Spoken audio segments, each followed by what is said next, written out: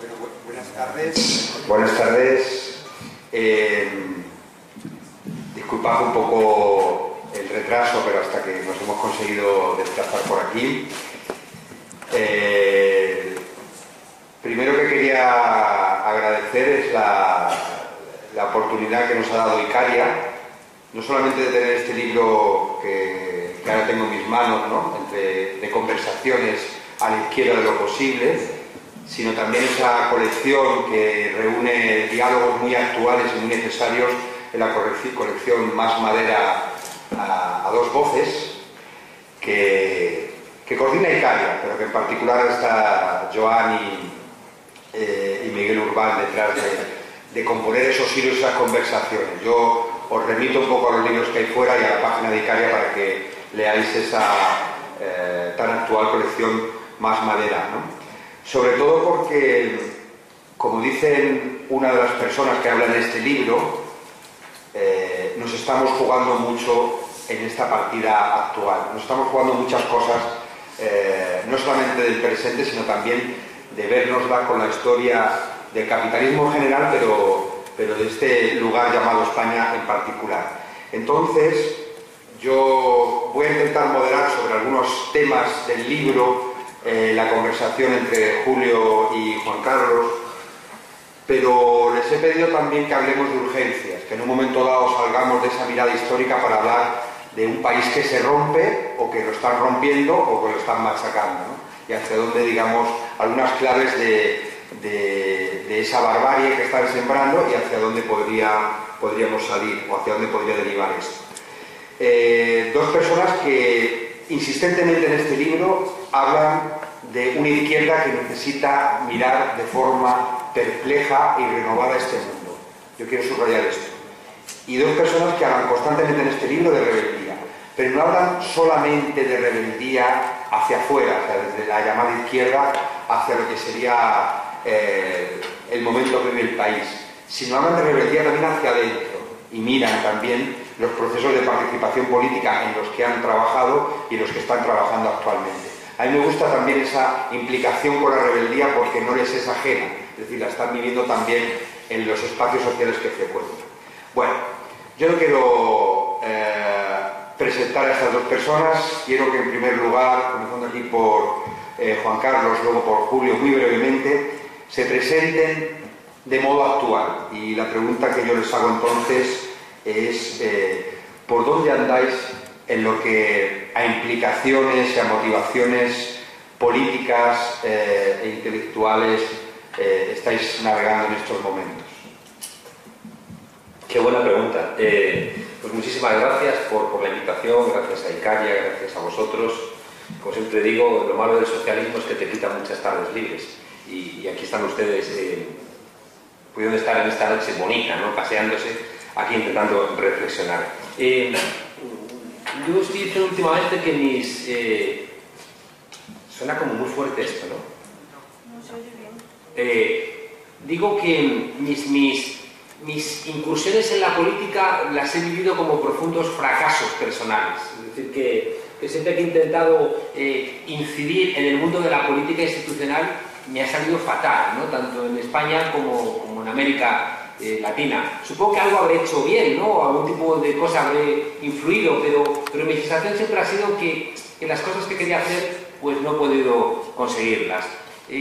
Supongo que de esos fracasos he llegado a la conclusión de aquello que decía Einstein, que es más difícil desintegrar un prejuicio que un átomo. Y entonces, desde que me di cuenta de eso, entendí que mi tarea, mi pequeño grano de arena, debe estar destinado a intentar desintegrar prejuicios, a intentar hacer lo que hice cuando era jovencito en el pueblo de mi madre, en La Mancha, que había un santo que me daba mucho miedo, y dije, a este no me vence. Y me quedé después de una misa, escondido detrás de una columna, y cuando se habían ido todos, le levanté las faldas al santo a ver qué demonios había ahí, con la mala suerte de que me pilló el cura y me dio un coscorrón que todavía me duele. Y el cura me gritó subversivo. Y yo entendí ahí después que subversivo viene de subvertere, vertere es la raíz latina de versión. Subvertere es expandir algo y verlo desde abajo. ¿no? Y por tanto, qué curioso, cuando tú expandes algo y lo ves desde abajo, te conviertes en alguien subversivo. Bueno, pues mi tarea en todo este tiempo ha sido intentar ser subversivo, es decir, intentar alumbrar ángulos desde la confianza de que ese alumbramiento va a generar transformaciones. Estoy convencido, profundamente convencido, y para eso me ha servido mucho América Latina, de que no hay cambios reales si no hay pueblo detrás. He aprendido en América Latina que de nada sirve que accedas al poder electoral si no tienes detrás un pueblo dispuesto a seguir jugándosela contigo cuando tomes las decisiones que realmente van a cambiar las estructuras de poder. Y que por tanto, aquello que decía Lenin en 1920 es estrictamente cierto. En 1920, en un libro que al pobre Kautsky ya le ganó el adjetivo de renegado para toda la vida de Dios, ¿no? En el libro de la Revolución Proletaria y el renegado Kautsky, le está regañando Lenin a los sitios de que, pero no digas tonterías, Kautsky. Es decir, que hemos tenido el aparato del Estado, pero no tenemos el poder lo tienen ellos, que tienen el ejército, los bancos, las relaciones internacionales, las universidades, las tradiciones, tienen todo. Y por tanto nosotros no tenemos nada más que esta carcasa que nos va a terminar devorando. Por tanto, la respuesta concreta es que me he ido a enredar en el cambio de conciencia y desde una perspectiva que es la perspectiva del pesimismo esperanzado. Pesimista porque creo que estamos en una etapa muy problemática, que se parece mucho a los años 30. Estamos en un momento histórico de crisis, no en el capitalismo, sino del capitalismo. Un momento de crisis donde lo viejo no termina de marcharse, lo nuevo no termina de llegar, y como decía Gramsci, ahí vienen los monstruos. Pesimista porque España está en venta. Pesimista porque el sentido común es conservador. Pesimista porque hay mucha parálisis y mucho miedo todavía, aunque menos que antes, ¿no? Pero esperanzado porque he aprendido que la esperanza se basa en aquello que uno entiende que no te pueden quitar. La palabra dignidad y la palabra decencia tienen la misma raíz, que es dec. Y la decencia y la dignidad son esas cosas que ni siquiera en un campo de concentración te pueden quitar. Y tienen que ver con la lectura que tú haces de ti mismo, con la lectura que tú haces de las cosas de te vaya como te vaya, no te pueden robar, porque te sabes una persona única, porque venimos con fecha de caducidad y por tanto somos irreemplazables. Al final, pesimista esperanzado porque sí que me he encontrado en todos estos años de trabajo, me he encontrado que de cualquier lugar surge la esperanza de la gente ordinaria emerger con capacidades extraordinarias. Pesimista esperanzado porque se ha roto la linealidad y a veces basta un acto pequeño que se puede convertir en un acto muy grande que cambie la situación de todo lo que nos está ocurriendo. Y sobre todo porque cuando uno es un pesimista sin más, es que ya te han derrotado. Claro que a veces tenemos momentos de bajón, ¿no? Pero mi experiencia, ya digo, en los sitios donde han salido del agujero, como es América Latina, es que han hecho cierto eso que decía Pessoa, ¿no? Eso de, si ya no puedo creer que nada sea verdadero, ¿por qué sigue viniendo la luz de la luna a batir la hierba cada noche? Si todo es un estercolero, ¿por qué siguen viniendo destellos de belleza? Y por tanto, ya digo, por eso hemos montado La Tuerca, hemos montado una televisión de colegas comprometidos en esta pelea para intentar trasladar nuestro análisis pesimista, pero también nuestro optimismo alegre. Somos un país católico con todos los problemas que eso trae consigo y uno no puede dejar de acordarse de ese cura, como todos los curas con mucho tiempo libre, que como no sabía qué hacer con tanto ocio, decidió escribir la Biblia en verso. Y empezaba con aquel verso que decía: Jesús nació en un pesebre, cuando menos te lo esperas salta la liebre, que no destaca por su hermosura poética, pero que de alguna manera nos indica que, bueno, que estemos en la faena porque en cualquier momento puede saltar la liebre del cambio social. Y Julio, ¿qué inquietudes, motivaciones, implicaciones políticas intelectuales? Bueno, me pilla en una noche especial y no es una manera de empezar para captar su atención. Anoche tuve una conferencia en Sevilla, organizada por el Diario El Mundo, y como tantas veces últimamente, la gente está expectante para ver qué se le dice Y se dicen cosas muy normales, muy de sentido común, que ellos saben perfectamente. Pero tengo la impresión tremenda de que todo acaba allí. Hablamos después en círculos, en corrillos, y vuelve a repetirse lo mismo. Entonces, si yo tuviera que definirme desde el cansancio que tengo desde anoche, que es un cansancio acumulado, diría que mi situación es la de una luz de nieve. De pronto hay un impulso primitivo, la pequeña pelotita de nieve va cayendo y va engrosando. Uno es hijo ya de algo que no puso en marcha, aunque sí tuvo la voluntad de asumir aquello. Uno es hijo de su historia. Yo tengo mucho más años que Juan Carlos y por tanto en cierta medida he visto, he pensado, he sufrido, he gozado. Y la presente situación, la mejor manera que yo podía definir lo que siento y lo que quiero es volver a retomar, que nunca lo he olvidado, mi primitiva rebeldía.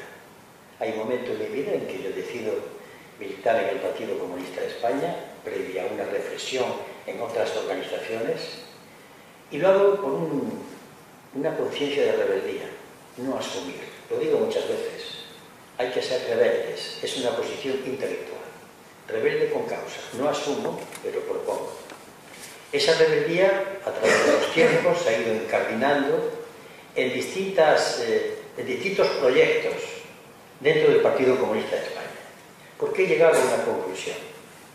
Las utopías, los impulsos primitivos que movieron a anarquistas, a socialistas, a comunistas, a libertarios, siguen siendo válidos.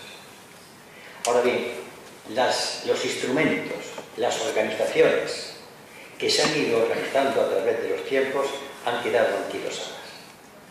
Y por tanto, desde mi pertenencia organizada y orgánica a un partido, en el que me siento bastante libre, he llegado a una conclusión. Son necesarias nuevas formas de organización, nuevos imaginarios colectivos, nuevas, como diría Gramsci, nuevas fantasías concretas que ayuden a que la gente se estimule y luche. Hoy, desde el convencimiento como consecuencia de una historia vivida, ningún ismo mueve a la gente, ni comunismo, ni socialismo, ni anarquismo. Por más que yo sea la consecuencia de un impulso en un ismo, pero eso es lo que me motiva a luchar. A partir de ahí, en mi relación con los demás, mi vida ha sido una propuesta de buscar nuevos encuentros para cambiar las cosas. Otras rebeldías desde otros puntos de vista, teniendo en cuenta que hay un objetivo común, un adversario común. Quiero decir que soy persona organizada en un partido, pero libre, muy libre. Sobre todo acuciado por esa tremenda necesidad de encontrar otras maneras de establecer el contacto, de generar mayoría, de generar conciencia de pueblo, de acercarme a los demás y que los demás se acerquen entre sí para ver cómo derribamos este tremendo espantajo, porque esto es un espantajo sangriento. Y eso es lo que me podía más o menos definir a mí. Estoy permanentemente abierto a todas las formas de organizarse, eso sí, de organizarse. En esto quiero ser claro. La lucha tiene que ser organizada y tiene que tener como un eje de coordenadas cartesianas la horizontalidad y también la verticalidad, porque si no estamos perdidos. Enfrente hay un adversario temible y a ese adversario hay que derrotarlo en toda la línea. Y eso comienza por la posición intelectual, por los valores, por el combate de intelecto contra intelecto, de razón contra razón, de argumentos contra argumentos. Veo que hace falta nuevas organizaciones que tengan como meta el combate intelectual, el proselitismo de nuevas razones, de nuevos valores. Ese combate tan arriesgado que consiste en luchar en torno a ideas, pero además para vencer al adversario. una vez que haya una apuesta primitiva. Yo sé que esto a veces es cansado, que llega a momentos, si no de desesperación, de desánimo, es normal, pero creo que esa es la lucha que tenemos por delante. Al sistema que tantas veces criticamos se le derrota también desde nuevas prácticas, no al consumismo, no al concepto competitividad, no al concepto crecimiento sostenido. Nosotros también somos el sistema, nosotros lo reproducimos. Cada vez que hablamos de competitividad, de desarrollo económico, somos el sistema, porque el sistema ya no tiene una cara, un nombre, como lo tenía el antiguo patrón de la fábrica. El sistema es el opresor difuso, algo que hemos puesto en marcha, que beneficia a unos pocos, pero que han tenido la virtud de hacer que eso que ellos ponen en marcha sea lo que nos conviene a los demás. Por tanto, termino. Es un combate agotador, tremendo, en el cual hay que tener muy claro contra quién se va. Eso hay que tenerlo muy claro. Segunda idea, que la lucha es a muerte. Y tercero, que también es una lucha intelectual. Y por supuesto, la lucha social, que significa la movilización. No sé si me he descrito, sí le garantizo que es lo que siento esta noche. Muy bien, Julio. No vamos a retirar el debate.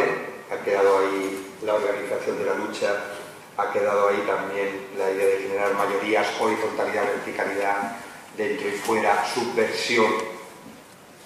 Vamos a darle forma un poquito más cuando hablemos de la lucha en el presente, pero yo me voy a detener no en el pasado nostálgico, sino en el pasado que nos sirva para reconocer errores, aciertos y proponer aprendizajes de esa izquierda en el siglo XX que también conocéis y en la cual también habéis sido parte de ella, ¿no?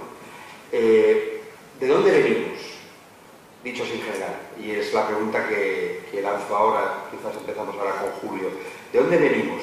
Y quiero que veamos si esa España de ayer, donde se luchaba bajo el franquismo, tiene que ver con la España de hoy, por un lado, y también centrándonos en esa España, en esa izquierda anterior, cuáles son los errores y aciertos que en tu vida, en tu militancia, en tu reflexión has sacado y nos traes hoy aquí. Yo creo que hay dos fuentes de las cuales procedemos, una más remota. Somos hijos de las internacionales. La primera, la segunda, la 2 y media, la tercera, la cuarta. Somos hijos del pensamiento, de la filosofía, de la praxis política, de las organizaciones obreras, que surgen pues, en el siglo XIX, con antecedentes, desde luego, en el XVIII. Ese es nuestro destino, nuestro origen más remoto. Pero también somos herederos de fuerzas políticas, de fuerzas organizadas, de colectivos de pensamiento que tuvieron en la transición la primera prueba de fuego. La primera prueba de fuego, y lo digo ya por experiencia personal, es muy difícil saltarse la opinión personal o la vivencia. Uno tiene que hablar desde la vivencia. Para entrar en ese tema, quisiera contar una anécdota que me ocurrió y que mis compañeros conocen. En el año 1985, cuando el Partido Comunista de España me envió a las ceremonias de la toma de posesión de Ortega, del presidente ilegado. La noche anterior al acto, pues los 8 comandantes de la revolución recibían a los invitados. Me tocó ir con un dirigente del Partido Comunista Italiano, Palletta, a eso de las 3 de la madrugada. Y nos recibió el comandante Tomás Borge. Y cuando yo pude hablar, porque Palletta hablaba hasta por los codos, no dejaba hablar ni a Borge ni a mí, le hice la pregunta a Tomás Borge: lo tenéis difícil, ¿eh? Esto es muy duro, la situación. Claro, estaban aguantando a la contra. Había combates permanentemente en la frontera contra la guerrilla organizada por Estados Unidos. Y aquel hombre dice: ¿qué va, viejo? Aquí está muy claro. Mira, estamos nosotros, somos los buenos, y los hijos de puta de la contra. El problema lo tenéis en Europa, que no sabéis quiénes son los buenos. Descripción magistral. En la dictadura se sufre la persecución, la cárcel, los golpes, la tortura, es cierto. En la dictadura se pierde la vida, el trabajo, pero uno está convencido de que tiene una causa justa, porque además es notorio, ahí está el dictador, ahí están las fuerzas que lo soportan, ahí están sus hechos. Es decir, mentalmente el adversario está claro. Y nosotros estamos confortados por la fe que en ese momento nos obliga a luchar. Es situado en la decisión, está claro. Tiene el riesgo, repito, el riesgo físico de la tortura. Pero en esta actual situación donde hay libertades formales, ¿dónde está el adversario? Hablamos del sistema. Pero, por ejemplo, las grandes empresas que no tienen aparentemente dueño, los inversores que invierten sus pequeños ahorros y que animan al funcionamiento del sistema, ¿son parte del mismo o no son parte del mismo? ¿El sistema es solamente Botín o González o las eléctricas o también un estado de opinión que ha hegemonizado en la sociedad? ¿Cómo luchar contra eso? Claro, en la época anterior de la clandestinidad, época de la transición, los sindicatos luchaban y conseguían un convenio contra unos dirigentes de empresa. Ahora mismo la economía se ha hecho interindependiente y a lo mejor estamos luchando contra una serie de intereses que una parte de la población siente como suyos porque ha invertido en ellos. La dictadura es el sistema capitalista en un momento de excepción. Cuando el sistema capitalista ve que las pierde o está en riesgo, automáticamente acude a la dictadura. Está claro. Pero ahora estamos dentro de la normalización. Cuando digo normalización, uno puede hablar, con cuidado por supuesto, uno puede expresarse, uno puede organizarse, pero existe la permanente inquietud de que no tiene ya la evidencia que tenía entonces. Es una evidencia que necesita de más elaboración. Antes Franco se veía, ahora no se ve, pero está presente, incluso a veces en nosotros mismos. Es el tremendo drama que tenemos ahora. Por eso cuando yo decía antes el rigor intelectual, la lucha, la búsqueda, para poder discernir de lo que nos conviene o no nos conviene, es agotador y exige una militancia nueva, distinta y sobre todo más a ras de tierra con la gente. Yo siempre he hablado de Sócrates. Yo diría que hacen falta millones de Sócrates. Entenderse con la gente, hablar, conducir, escuchar, llegar a acuerdos, a síntesis, a través de lo real concreto. Porque esa nueva dictadura, que es la que existe ahora, solamente podrá ser combatida con una gran movilización, pero que parta del convencimiento. Termino. La dictadura es el estado de excepción que además contamina a su oposición. Franco era un régimen lineal. Aquel que no estaba con él era comunista, y en el saco del comunismo metió a mucha gente que no lo era. A veces, en determinados momentos de la lucha en la transición, nosotros llamábamos a aquellos que no estaban de acuerdo con nosotros fascistas. ¿Por qué? Porque hay un terrible problema de contaminar. La linealidad del pensamiento de la dictadura contamina a su oponente más importante. Esto explica después las grandes crisis que ha habido en las formaciones políticas de izquierda. El problema que tiene el PSOE sobre el tema del marxismo en el año 79, el problema en el PC con el leninismo y con otra serie de crisis, la caída del muro, es la búsqueda de la nueva identidad, no en torno al concepto primigenio que impulsa, sino a las maneras de trabajar. Hay que luchar de otra manera. Ya no podemos decir movilización sin saber en qué consiste eso. Ya no podemos hablar de capitalismo sin saber exactamente a dónde llega y a dónde pertenecemos nosotros. Ya hay que explicar, ya hay que estudiar. Porque, y termino, en aquella época en la que uno entra en el Partido Comunista de España como consecuencia del debate que hubo en torno al manifiesto programa, sí se apuntaba entonces una visión alternativa al sistema. Fue lo que se llamó la democracia político y social. Pero lo que primaba era el discurso de conseguir las libertades contra la dictadura.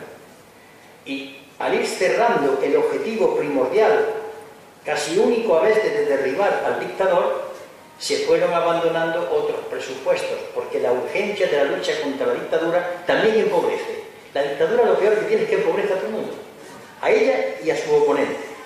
Y ahora estamos en la fase de tener que reconsiderar cómo nos organizamos, cómo hacemos la lucha ante un enemigo que yo le llamo el opresor difuso, que está en todas partes, que ya ha perdido la referencia clara y clásica de la dictadura. Esto es lo que yo pienso en estos momentos. Juan Carlos, tú que has escrito mucho sobre transición, que ha cambiado también desde entonces, la izquierda. Yo creo que Julio fue seguramente el último líder de la izquierda española que no solamente no despreciaba el pensamiento, sino que exigía, ¿no?, un esfuerzo intelectual para interpretar una realidad que se nos escapaba. Yo siempre cuento que el Partido Socialista Obrero Español renunció al marxismo y a todo lo que venía detrás que tuviera algún tipo de significación marxista. Como se quedó ayuno de pensamiento, abrazaron a la tercera vía de Anthony Giddens, aquello no funcionaba y tuvieron que abrazar el republicanismo de Philippe Petit.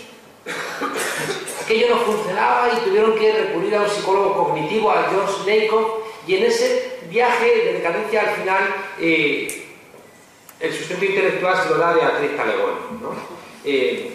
Claro, cuando uno ve ese proceso dices, hombre, este es un poco exagerado, ¿no?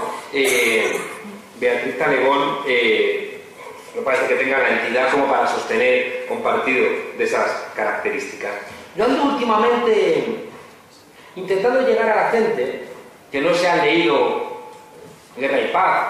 Le digo a mis alumnos, cuando les cito la lista de libros que se tienen que leer todos los años de literatura, les digo que lean Guerra y Paz, y aunque a un día les digo, mira, si leéis Guerra y Paz, como tiene un formato así, casi de tetrabric, cuando estéis haciendo un botellón con vino Don Simón, podéis tener el libro y más o menos se camufla, y salta un alumno diciendo, profesor, Don Simón, esos serán los que tienen dinero, ¿no? Lo cual llegué a la conclusión de que estaban bebiendo estos jóvenes hoy en día. Procuro utilizar ejemplos del cine y cada vez encuentro más referencias, ¿no?, en las películas de zombies. Claro, a veces es muy evidente, ¿no? Cuando el otro día Rubalcaba dice, hemos vuelto. Y dices, coño, tú dónde te habías ido, ¿no? Jesucristo se fue 3 días.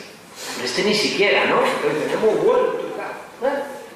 Miren, las películas de zombies, más allá de la Roma, me gustan porque son una referencia de un tipo de sociedad donde podemos creernos mejores de lo que somos y pensar que los que son como zombies son los políticos. Porque encaja. Parece que están vivos pero están muertos, lo que tienen que tener por dentro lo tienen por fuera, nos quieren morder todo el rato, el cuello o lo que sea, para hacernos uno de los suyos. Son como tontos y torpes, pero son muy perseverantes. Pero a mí lo que me preocupa, de fondo, es que los zombies somos nosotros. Y que hace 40 años nos mordieron. Y que eso que plantea Julio, que es cierto, tiene que también dar explicación de por qué es igual en toda la izquierda de toda Europa, que no tuvieron dictadura. Es decir, que una buena parte de esto que nos ocurre, no nos ocurre solamente a nosotros, sino que les ocurre prácticamente a toda la izquierda europea. En los años 70, Pierpaolo Pasolini, comunista y muy inteligente, se dio cuenta viendo a los jóvenes comunistas que estaban siendo mordidos por los zombies del consumismo y que esa sustitución del proyecto revolucionario por un proyecto de consumo estaba dinamitando las posibilidades de que la revolución tuviera lugar. Porque la revolución no podía tener lugar en los grandes centros comerciales. Y se dio cuenta Pasolini de que estaban cambiando las propuestas de un mundo emancipado por las propuestas de un mundo lleno de bienes. Y de repente el consumo, que es un deseo humano, estaba siendo envenenado por la ideología del consumismo, que ya no es lo mismo. Y de repente, fíjense ustedes, en los años 70 y 80 empezamos a perder una serie de referencias que nos ordenaban la vida. Y de repente algunos elementos, que eran los elementos que nos balizaban nuestra existencia, lo que llamamos en ciencia política o en ciencia social, los marcadores de certeza, ya no estaban ahí. De repente Dios, que era una referencia, ya no tenía ahí la fuerza de ordenarnos la vida.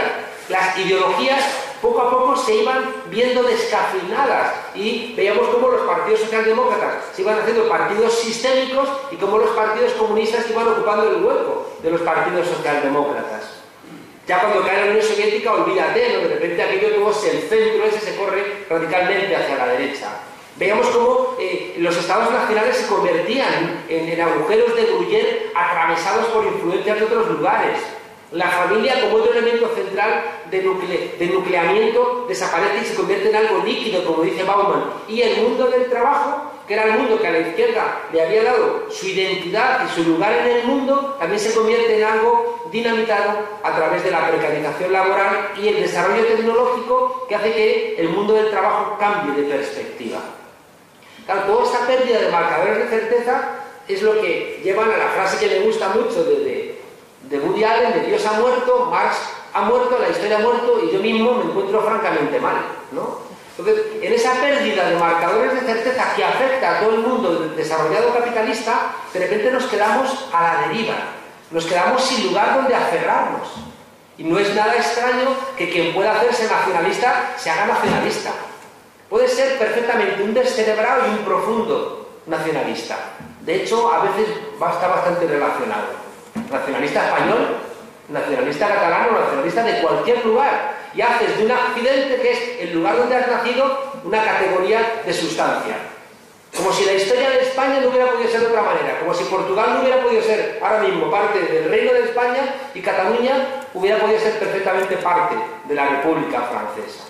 Entonces, la idea central es que, fíjense, todos estos elementos de sustitución de las ideologías, de la familia, de los lugares sociales por el consumismo, se cae la fábrica, se cae el partido, se cae el sindicato, se cae la iglesia y solamente queda en pie pues, el gran centro comercial. Yo, lo quiero todo y lo quiero ahora. Una de las tareas centrales que yo intento hacer, que está en el libro que hemos hecho conjuntamente y que está en las cosas que yo ando reflexionando, es por qué con la que está cayendo cuesta tanto la transformación. O sea, ¿por qué ese chiste del roto que decía un tipo con una camisa de fuerza diciendo no entiendo nada, se hunde el capitalismo y fracasa la izquierda? O lo entendemos, o sabemos cómo nos mordieron los zombies, o no vamos a entender nada. Y ahí vamos a entender que el mundo se ha mercantilizado, que la diferencia entre el sistema capitalista hoy y cualquier otro momento de la historia es que nunca ha habido tantos ámbitos de la vida mercantilizados. El ocio, la educación, la vivienda, la sanidad, la cultura, todo se ha convertido en una mercancía que nos penetra hasta nuestra manera de hablar. La gente que dice, he invertido mucho en mi pareja, y dices, cabrón, ¿no has probado a quererla? ¿No? He invertido mucho en esta relación, ¿no? Sí, hasta en el propio lenguaje, ¿no? Ya el tiempo no lo usamos, el tiempo lo gastamos. Sin darnos cuenta, se van mercantilizando todos los ámbitos, ¿no? Y donde, en un texto que recuerdo que leí la última vez que estaba aquí, queremos vivir a granel, pero ya no nos dejan vivir a granel, ¿no? Pues tenemos que vivir envasados y empaquetados porque es una forma de intermediarnos mercantilmente. Ya voy terminando. Aparte de la mercantilización del mundo, hay una precarización. Y la precarización, ¿a qué lleva? A que tengamos un profundo miedo todos. Estamos sujetos al miedo. ¿Por qué? Porque basta un pequeño fallo para que vuelvas a la casilla de salida. Y está la gente joven estudiando una carrera, un máster. ¿Para qué? Para formarse y ser ciudadano, no para emplearte. Es que hay gente que está entrando al quirófano para emplearse. Es que nos hemos vuelto locos. O sea, para que te exploten, te metes en el quirófano para estar más guapo o más guapa. Es que nos hemos vuelto locos. Y el tercer elemento, fíjese, muy propio de nuestra época, junto a la mercantilización y a la precarización, es que, curiosamente, en un mundo de la conexión estamos desconectados. Fíjense, si estamos desconectados, que no conocemos a los vecinos del edificio, o que estamos tan desconectados y nos sentimos tan solos, que las sociedades más ricas subsisten a base de antidepresivos, drogas, alcohol, tabaco, etc. Entonces, fíjense, ese es un escenario, ya digo, que afecta a todo el mundo occidental. Entonces, todo el mundo occidental ha sido mordido por el zombie mercantil, por el zombie precarización, por el zombie desconexión. ¿Y qué ocurre? Que estamos asustados, estamos profundamente asustados. Y por eso también, en este momento de impunidad de los canallas, la gente decente pues anda perpleja, porque no sabemos reducir esa incertidumbre en la que estamos, no sabemos cómo salir. Y eso es lo que explica, y termino, eso es lo que explica por qué América Latina, que no tenía, está empezando a tener un poco y están llenos de esperanza, pero nosotros teníamos, lo estamos perdiendo y estamos llenos de miedo. Y cuando tú tienes como horizonte la esperanza, pues votas a la izquierda y estás en el diálogo y en la generosidad. En cambio, cuando tienes miedo, eres mucho más rehén de los salvadores, de los que te vienen a ofrecer una explicación a tu miedo, a tu malestar, y te buscan un enemigo. Por tanto, fíjese, esto que les decía es para que entendamos y no caigamos en la melancolía de que la situación nos obliga a ser pesimistas. Es decir, que si no entendemos estas cosas decimos, coño, soy un marciano, no entiendo absolutamente nada de por qué la gente no reacciona. En cambio, si acertamos con el diagnóstico, y por eso tiene toda la razón Julio cuando dice que esta pelea es intelectual, si acertamos en el diagnóstico, vamos a saber qué teclas tocar para que la gente de repente diga, ah, yo sé por dónde podemos ir porque veo que esta persona ha hecho un buen análisis. Dos comentarios al hilo de vuestra reflexión y ahora dice Julio. La que yo quería lanzarte es, había una militancia a ras de tierra. Necesitamos una militancia más a ras de tierra. Pero yo quiero recordar de cómo nace Comisiones Obreras, de que lo que era el movimiento vecinal en los 60 y los 70 en todas las ciudades que se urbanizaban y que se llenaban de gente que venía del mundo rural, lo que fueron también luchas jornaleras. Quiero que también, aparte de volver un poco la pelota sobre ese pasado, digamos, lo que ha comentado Juan Carlos, que me expliques un poquito eso, porque yo sí veía también esa militancia a ras de tierra. Sí, pero yo he pedido la palabra en voz baja, porque claro, la ventaja que tiene tener al compañero de tertulia, a Juan Carlos Monedero, es que le estimula a uno a pensar, porque es lo que tratábamos, ¿no? En la intervención mía anterior yo hablaba de nuestros dos orígenes, uno más próximo, que es la transición y todo lo que hay en torno a ese momento, pero hablaba de otro, más remoto, las internacionales. Y tú, cuando has hablado de lo que está pasando a otras izquierdas, en cuyos países no hubo dictaduras, obedece, creo yo, a lo que ha ocurrido con la cultura de las internacionales. Todos sabemos perfectamente la primera internacional, la segunda, lo que dio lugar al movimiento obrero, el intelectual, las fuerzas políticas. Y voy a ser quizás rotundo, lo he dicho por escrito, hemos perdido la guerra. Los herederos de las internacionales hemos perdido la guerra. Y si no, vamos a asomarnos y hablemos con la gente. La palabra comunismo, socialismo, anarquismo, ¿qué les dice? Los ideales de aquellos grandes hombres y mujeres que plantearon otro mundo, en donde la justicia fuese el centro y la igualdad el otro centro, ¿tienen atractivo o no tienen atractivo? ¿Cómo es posible, y fijaros en qué cambio se opera, que en aquellos momentos, en las grandes luchas, estoy hablando de la Comuna de París, las revoluciones, los rojos éramos demonios, éramos satanes, éramos pérfidos, malvados? Ahora somos gilipollas. Ahora somos pardillos. ¿Qué dicen? ¿Pero qué están contando? Si la gente está bien, quiere otra cosa.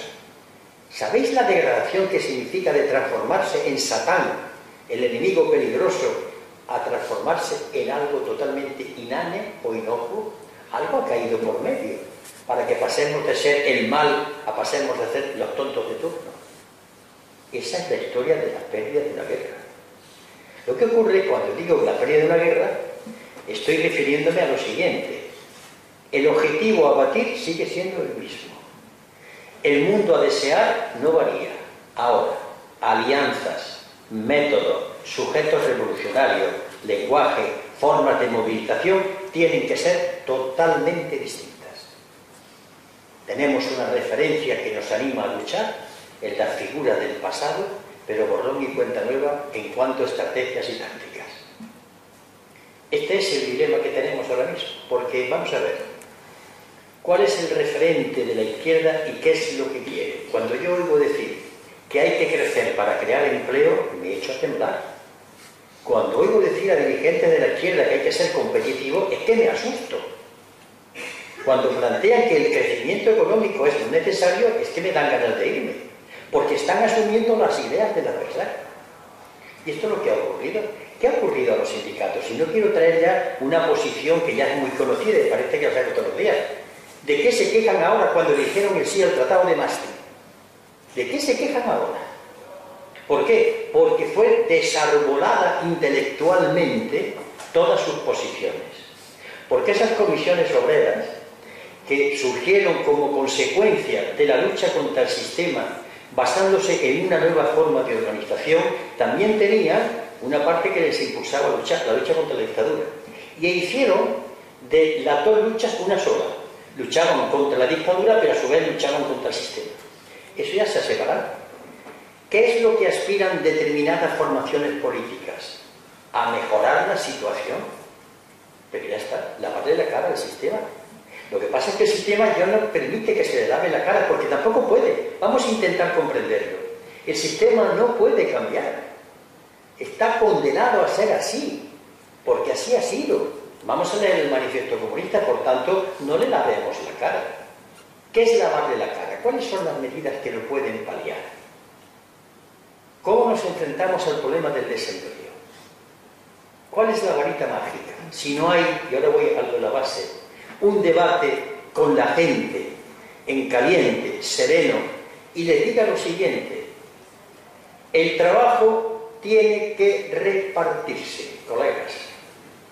Hay que hablar de la reducción de la jornada, y sindicatos, tenéis que empezar a hablar del salario directo, del indirecto y del diferido, que son las tres maneras de un salario. Y a lo mejor uno tiene que bajar para que los demás suban. Lo que pasa es que hay que redefinir el concepto de calidad de vida, el concepto de lo que es el trabajo bien hecho, volver a la dignidad del primitivo movimiento obrero, que consideraba que la obra bien hecha era algo que lo dignificaba. Es decir, un mal trabaja no puede ser rojo nunca. Es un mal trabajar. Entonces hay determinados valores que están allí, pero que se han tenido después como valores de antiguos. En debates que yo he tenido con Griñán cuando era el ministro de Trabajo, me dice: señora Anguita, usted está defendiendo cosas del franquismo. Pero qué paradoja. Porque había medidas que había tomado aquel fascista de Girón de Velasco que parecían revolucionarias al lado de las que el gobierno de Felipe González ponía en marcha. Cuando cotejábamos los textos, que lo que había detrás ya lo sabíamos, pero nos llevaban entonces antiguos por defender determinadas cosas que había conseguido la clase obrera. Cuando se pierde de referencia la Unión Soviética, apareció como primer rival contra el capital la socialdemocracia. Fue el referente que había, la socialdemocracia en la que quedaba en pie, y vimos que falló, porque ya estaba vencida de antemano, ya estaba, aceptó la lógica del sistema. Pues bien, para trabajar con la gente, lo primero que hay que hablar de un discurso claro, y yo no digo duro, pero sí nítido, es lo que yo hablo de lenguaje profético. Mirad, esto está difícil. No soñéis con paraísos perdidos. Vamos a ver claro. Cuando el señor Fainé, miembro de la patronal, dice que sepáis que no volveremos al tiempo de los años 2001 del consumo, lleva razón, pero en dos sentidos. Lleva razón desde su punto de vista porque no está dispuesto a permitir que ya haya empleo fijo y que la gente gane dinero. Luego él ya, pero a mí yo le digo ahora a vosotros, a los míos, es que lleva razón. No volveremos a ese mundo. Y por tanto nuestro objetivo de la izquierda es plantear otro mundo distinto, con otros valores. Y solidaridad no es una cuestión para exhibirla en mítines. Solidaridad es el ejercicio. El cooperativismo es empezar ya. El trabajar de otra manera, el valor de uso y el valor de cambio, tendremos que hablar de lo que es más importante, el valor de uso o el valor de cambio. Hablar de la palabra austeridad, eso es de izquierdas. Porque lo que está haciendo el señor Rajoy es recortes, eso no es austeridad. La austeridad es recobrar el reencuentro con la naturaleza, consumir lo necesario, reponerlo y vivir de otra manera. Ahora bien, ¿cómo hablamos de esto a las organizaciones de izquierda que en muchos casos tienen que conseguir el voto y por tanto no se les puede hacer un discurso que a las masas las enfade? Pues hay que hacerlo. Hay que hacerlo armado con datos, con argumentos, con cifras, con mucho amor, con muchas ganas de persuadir, pero hay que hacerlo. Porque por el camino que nos han marcado no hay salida. No hay salida ninguna en esta Unión Europea. Se pongan como se pongan, no hay salida. Lo dicen las fórmulas matemáticas. Permitidme una información. Antes de ayer me llamaron dos profesores de la Facultad de Derecho y de Ciencias Económicas, creo que es. Y me pusieron en lo alto de la mesa un documento, dice, toma, esto es un breve resumen. Habían cruzado unos datos y me lo estuvo explicando, y aparte de algunos vocablos ya de muy alta especialización, yo llegué a entender lo que habían descubierto, que contra lo que dice la escuela clásica austriaca y también Keynes, las políticas de restricción que van buscando el que no haya una gran inflación no sirven absolutamente para nada, porque había una masa monetaria como si fuese una especie de plaga de langosta. Lo puse en contacto con el economista ayer con el diario Expansión y ya tengo las primeras noticias de que está causando el estudio pues un impacto tremendo. Uno es profesor de la Facultad de Derecho de Córdoba. Es decir, con los datos que hay, no hay ninguna salida. Y esto se le tiene que decir a la gente, asociaciones de vecinos. Mirad, muchachos, las asociaciones de vecinos tuvieron auge importante, pero exigían cosas inmediatas. La cabina de teléfono, el alcantarillado, la luz eléctrica, eran necesidades inmediatas y no hemos pensado que el éxito era porque se vinculaban a las luchas de lo concreto. Así pasó. ¿Por qué hoy no vinculamos a las luchas de lo concreto? Porque al vincularse a las luchas de lo concreto, la gente se va a dar cuenta que tiene que plantear otra fase más de la lucha. Es, si me permitís, la idea básica del Frente Cívico. Mañana, luchando porque el salario mínimo sea de 1.000 euros, ¿qué cosa más simple? Descubre la gente que hay que hablar de reforma fiscal. Y descubre que al hablar de reforma fiscal hay que dar otro paso hacia la banca pública. Vamos descubriendo las facetas del adversario, pero de una manera muy concreta, muy ligada a lo concreto. Porque repito y termino, cuando yo digo hemos perdido la guerra, es que hemos clausurado un tiempo histórico, retomamos la bandera y a nuestros viejos símbolos, nos los guardamos para reconfortarnos en la soledad con ellos, pero tenemos que plantear con la gente métodos, lenguaje, alianzas, todo es nuevo, menos la voluntad de cambiar esto y hacer otro mundo. Esta es la situación que tenemos, desde mi punto de vista.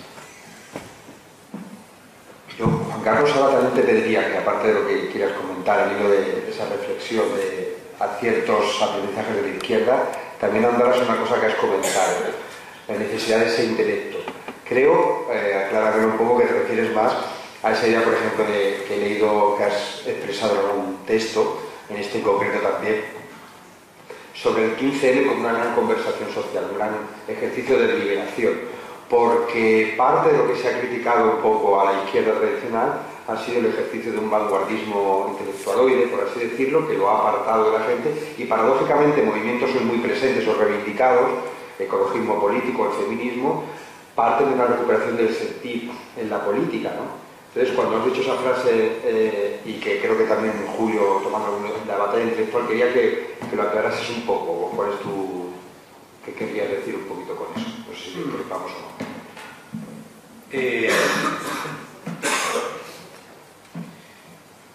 Yo quiero insistir mucho en que tenemos muchas razones para el pesimismo.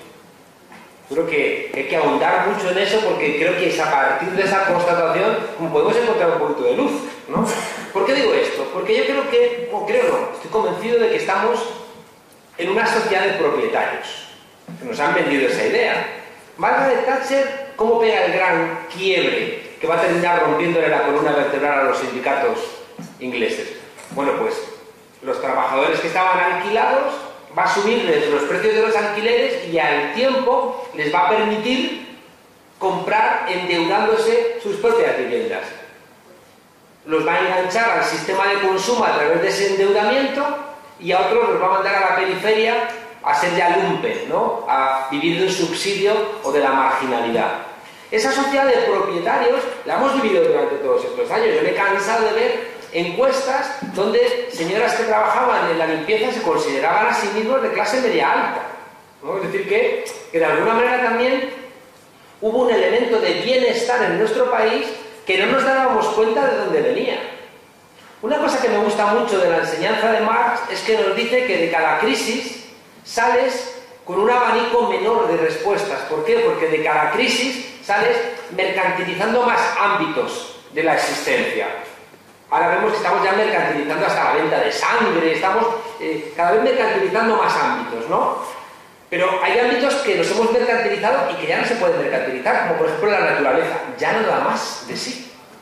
Ya no da más de sí. Sabemos que hay que frenar. ¿O qué queremos? ¿Más lorcas, más terremotos, más tifones, más tsunamis por los cambios climáticos? Eso ya no da más de sí. ¿Y saben ustedes quién va a pagar eso? Las aseguradoras. Porque las aseguradoras ya están diciendo que no van a sostener los pagos tan grandes que hay de ese tipo de catástrofes, ¿no? Fíjense ustedes que esta sociedad de propietarios nos ha captado nuestra manera de estar en el mundo. Hay mucha gente que quiere regresar a cuando Curro veraneaba en el Caribe, que éramos muy felices.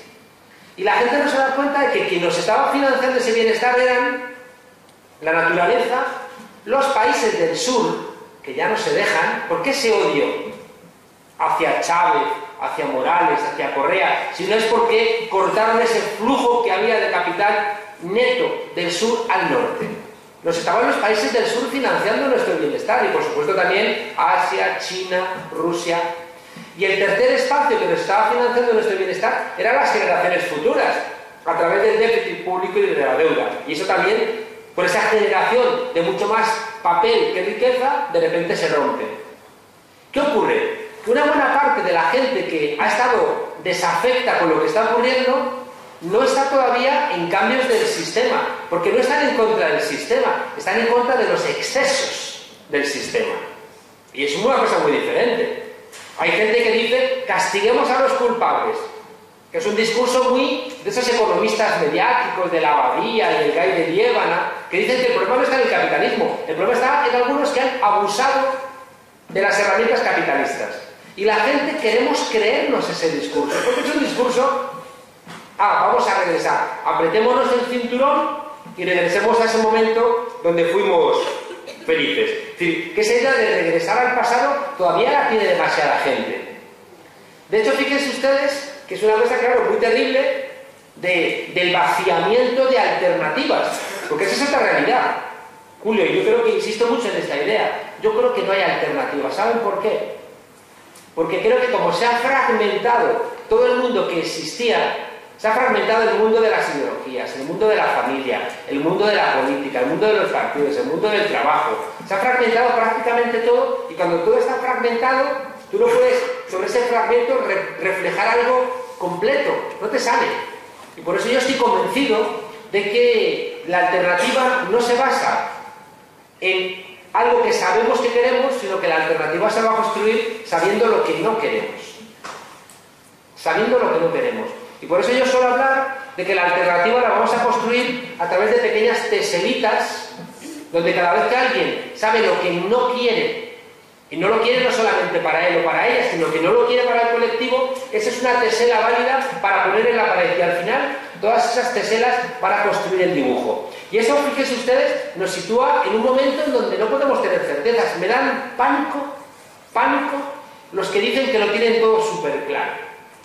Porque cuando les escuchas un poquito más, te das cuenta de que te están haciendo análisis con las herramientas melladas que diría el Che Guevara del pasado. Pero vamos a ver, si estamos en un momento histórico donde ya el desarrollo tecnológico, por primera vez en la historia, ya no genera empleo. En la historia, prácticamente cualquier gran invento ha generado empleo, aunque se decía que no. La rueda generó empleo. El vapor, empleo. La electricidad, más empleo. El motor de explosión, empleo. Imagínense ustedes toda la industria automovilística. La química, pero ya la informática no. Cuidado. Estamos en un momento donde ya las máquinas generan máquinas. Por tanto, fíjense ustedes un buen análisis de que no podemos seguir mirando al pasado para encontrar las respuestas porque la realidad es diferente, nos tiene que llevar implacablemente a tener que repensar las cosas también en cuanto a las soluciones. Si no hay trabajo para todos, tendremos que dejar de seguir planteando ese discurso sindicalista o ese discurso de la izquierda como si las cosas no hubieran cambiado. Es que es mentira. Y como bien plantea Julio, como no tenemos el coraje de ver cuáles son los rasgos que van a ir perfilando ese mosaico, no el mosaico, sino los rasgos, ¿dónde está ahora la izquierda? La izquierda está ahora mismo pidiendo lo que pedía la socialdemocracia hace 20 años. Es decir, que todos nos vamos corriendo hacia la derecha. Y al final hay una cartelización de la política donde prácticamente son todos Coca-Cola o Pepsi-Cola. ¿O se creen ustedes realmente que si mañana ganasen las elecciones en España, Izquierda Unida iba a cambiar este país, iban a solventar los problemas que tenemos? No. A lo sumo iban a poder poner algunos parches.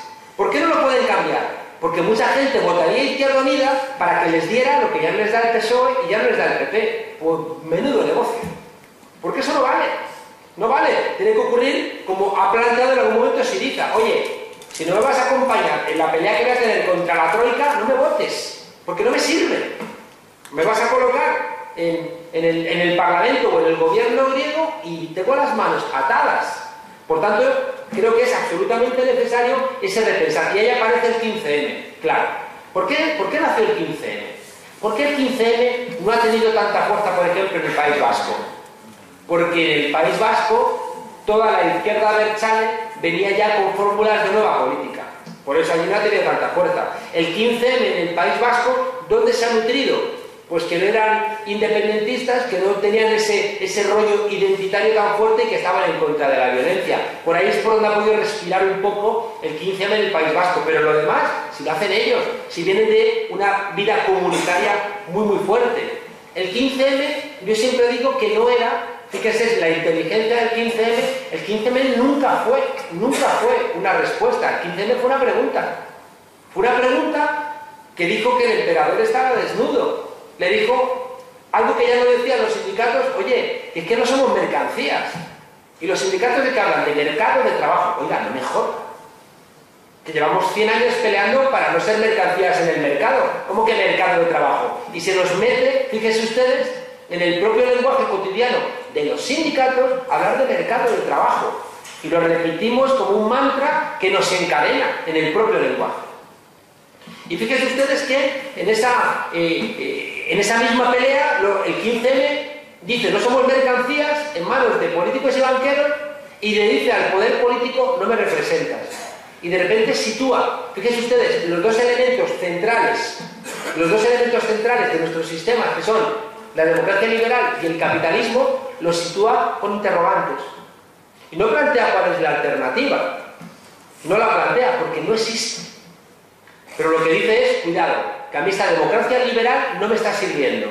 Esto de delegar, esto de vota y no te metas en política ya no me sirve.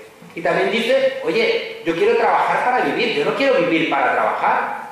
¿Cuál es tu modelo? ¿Que trabajemos como los chinos, 24 horas al día, 7 días a la semana, 12 meses al año? No me da la gana, no quiero. Yo quiero trabajar para vivir y no vivir para trabajar. Y eso, fíjense ustedes, nos emplaza a la necesidad de repensar en esta línea todas estas cosas. Fíjense que no nos da el dibujo. El 15M nos dice: esto es la solución. Pero nos dice: mira, esto no me gusta. No me gusta que tomes decisiones al margen de mi voluntad. No me gusta que me trates como una mercancía. Y claro, tienes toda la razón, y la frase no es mía, de aquí será yo ser tan listo. La frase de que el 15M era una gran conversación era de Jesús Ibáñez, de nuestro maestro. Porque Jesús Ibáñez decía que antes de una revolución siempre se da una gran conversación. Antes de una revolución siempre se dan dos cosas que están por aquí pululando. Una es que surgen los Robin Hoods. Y los Robin Hoods lo que hacen son adelantar la sociedad que deseamos. Cuando Cañamero y Gordillo expropian 5 carritos, están adelantando la solución que buscamos de redistribución de la renta. Y fíjense, 5 jodidos carritos. Y parece que se hundía la civilización occidental. Y tenía que venir Batman a salvarnos, ¿no? Entonces, ya digo, esos elementos nos emplazan, ya digo, a abrir el juego. Y lo último que digo es una palabra. Para que esto se pueda poner en marcha, la palabra clave es desaprender. Y por eso es absolutamente evidente que es una pelea intelectual. Tenemos que desaprender, porque si no nos encontramos con que Izquierda Unida o la izquierda del PSOE, los sindicatos, lo que van a pretender es simplemente ocupar el lugar que ya no ocupa, rellenar el vacío que ya no ocupa el Partido Socialista Obrero Español, y se encuentran con el agujero de que cuando el Partido Socialista Obrero Español está en la oposición, pues nos pasa otra vez verbalmente por la izquierda, y en toda esa mentira sí que volveríamos a caer de nuevo en la melancolía. Bueno, una radiografía creo que extensa de este país y también de lo que ha sido el pasado de la izquierda. Nos vamos a situar en el presente, porque como no sabemos si hay futuro, o si acaso hay mañana, pasado mañana, no sabemos qué es lo que habrá, nos vamos a situar en las urgencias. Y yo quería partir de 3 elementos para... Vamos a ir conversando, tenemos una media horita antes de pasar al debate, vamos a ir sobre esos 3 elementos.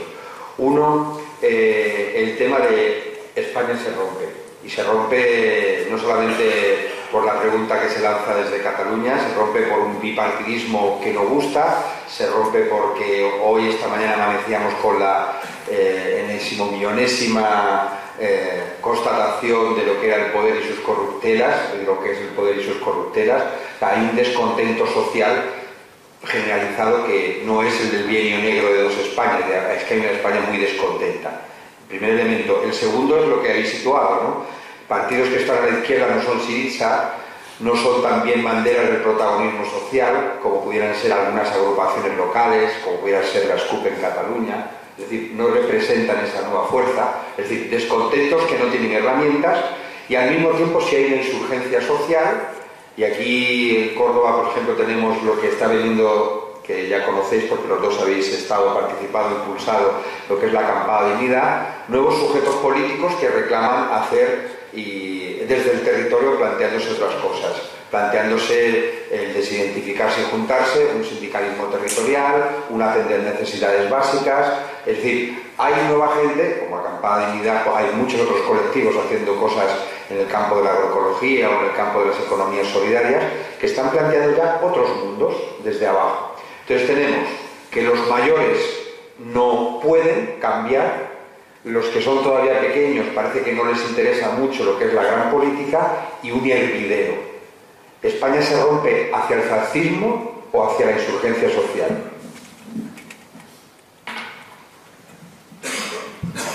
Antes también una acotación o un comentario.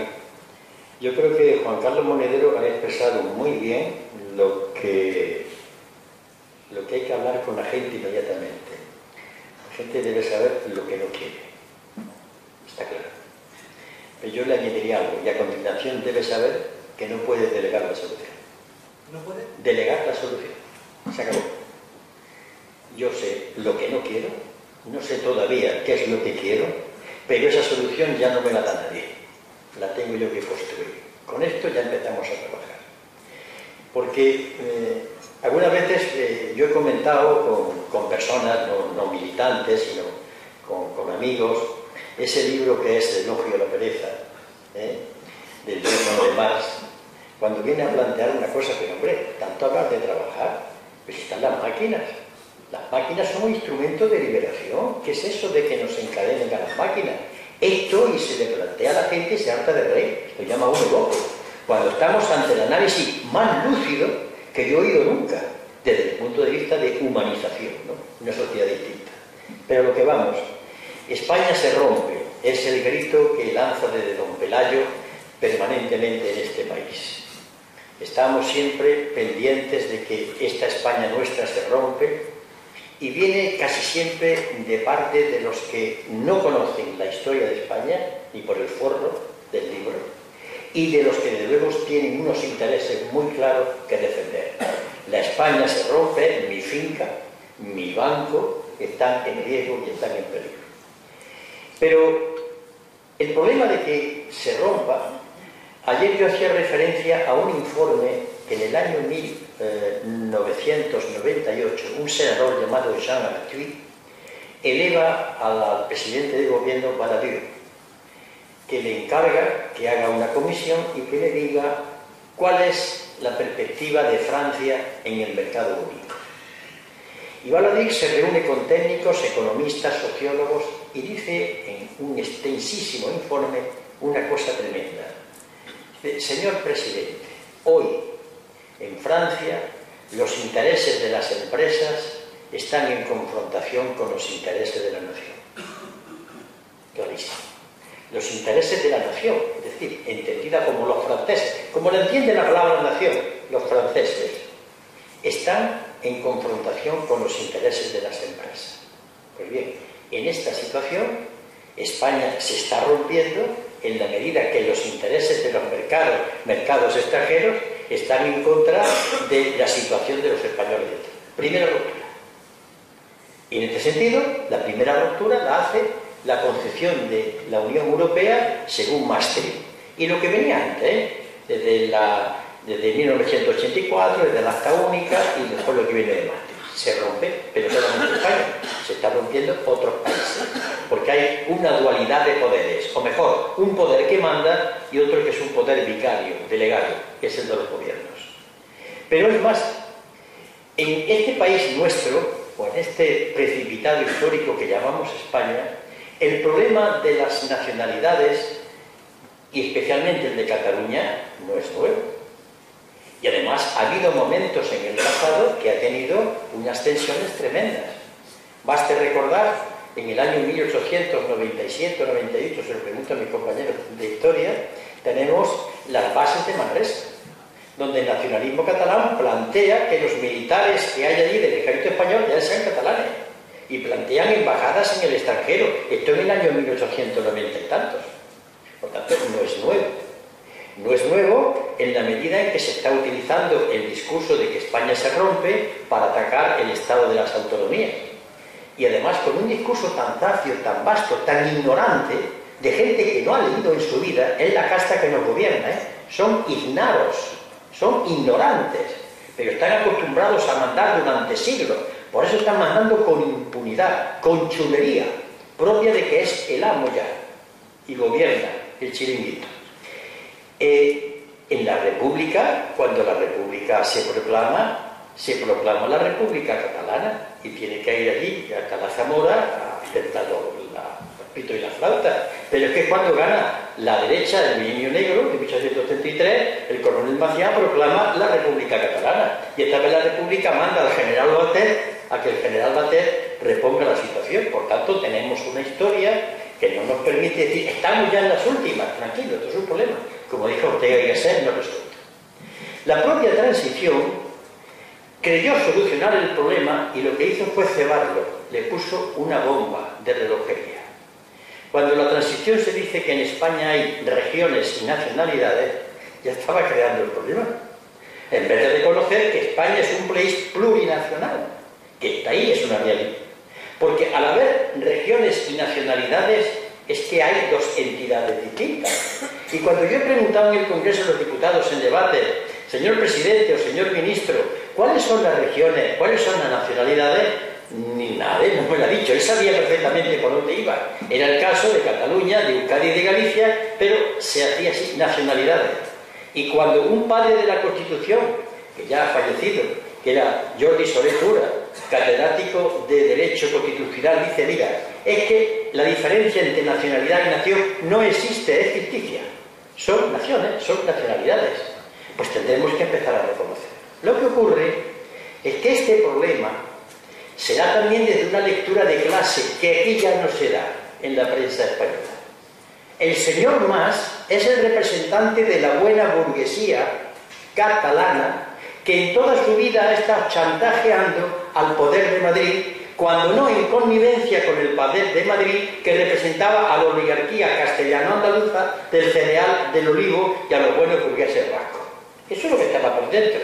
La prueba está que incluso un Cambó, tenido como un prohombre de Convergencia y Unión, Convergencia y Unión como partido reciente de los nacionalistas conservadores, anima a Franco y apoya a Franco en su levantamiento. Esto no lo dice. No lo dice. Y se sacan una serie de supuestos agravios que pueden haber existido, pero desde luego no en el sentido de esa burla de que España contra Cataluña. No, hombre, en 1714 lo que hubo fue la lucha entre el aspirante de la corona de Habsburgo y el aspirante Borbón, punto. Claro, los inventos ya se hace una historia falsificando desde el nacionalismo catalán y desde el nacionalismo español, que también existe. Entonces, en estos momentos, yo creo que el sentido común debe imperar, no olvidarse de la lectura de clase. A mí lo que me preocupa mucho no es que voten independencia, me preocupa que voten independencia los trabajadores catalanes, porque manda OVA, dicho en fino, que un señor como Artur Mas, que hace la misma política que el señor Rajoy, sea la bandera de la independencia de Cataluña.